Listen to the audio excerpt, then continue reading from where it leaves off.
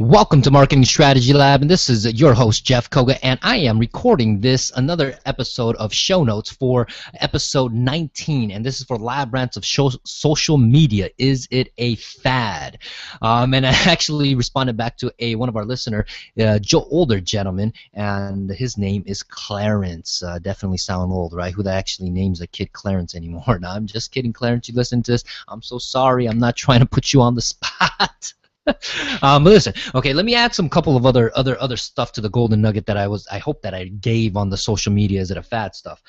Social media is absolutely just a term, okay, just like how Web 2.0 was like a couple years ago. Okay, it's just a term. Okay, but again, what I used was, I hope that you wrap your mind around is that human behavior doesn't change. Okay, I'll give you a prime example. Okay, we just literally managed a product launch for a particular individual, and as I'm listening in, okay, this is in the real estate realm. Okay, Facebook made a change where now you can actually put time on when your posts are going to be shown directly through Facebook. Okay, before you have to go through like a third party and stuff like that.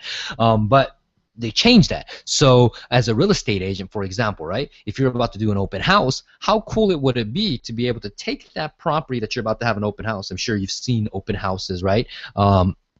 Around places, unless you're listening to this like in Africa and there's huts or something like that. I don't know if they do open huts, okay? But anyways, they do open houses. And a real estate agent will run an ad between that time, from 2 to 4 o'clock, and then do a 5-mile radius where the property is located, and have mobile feeds running in front of them. Open house, drive by, come by, check out this open house. I got drinks for you. I got this for you. I got this, free. Check out your neighborhood. See how much your house is worth, right? How cool is that, right? Now you can use that to actually promote a property. Now, how else can you use social media? Well, it's a platform where people interact, where people actually communicate with friends and family and stuff like that. So your ability to be able to get in the communication, okay? But what people get wrong is that they try to sell immediately on the first connection, which is the worst thing to do. You should give something of value first, and then from there get them into the funnel, and then start building rapport, building relationships, then go for the sell. It's not an accident that I'm actually doing these type of videos and actually showing my face in this, because people like to see faces of people, okay?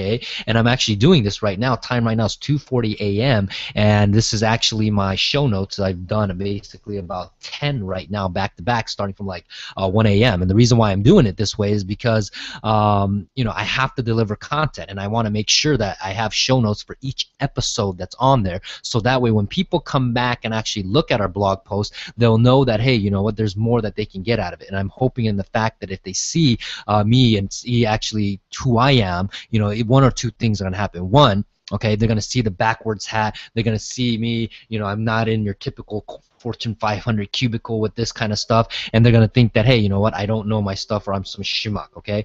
Versus someone might say, hey, I'm a real person, I'm a real individual. Maybe they'll relate better with me because that's who I am, and those are the people I'm really looking for, right? Because the worst thing that you can do in marketing is try to satisfy everyone. I'm looking for the individual who are young entrepreneurs like me, who actually sees the benefit of digital marketing, sees the benefit of that, and those are the people I actually truly want to connect with. Because someone like Clarence that says that, probably those aren't the guys or individuals that I want to do business with, because constantly it's going to be a fight because of their views on how they look at the world, because the world has beaten them up so much, right?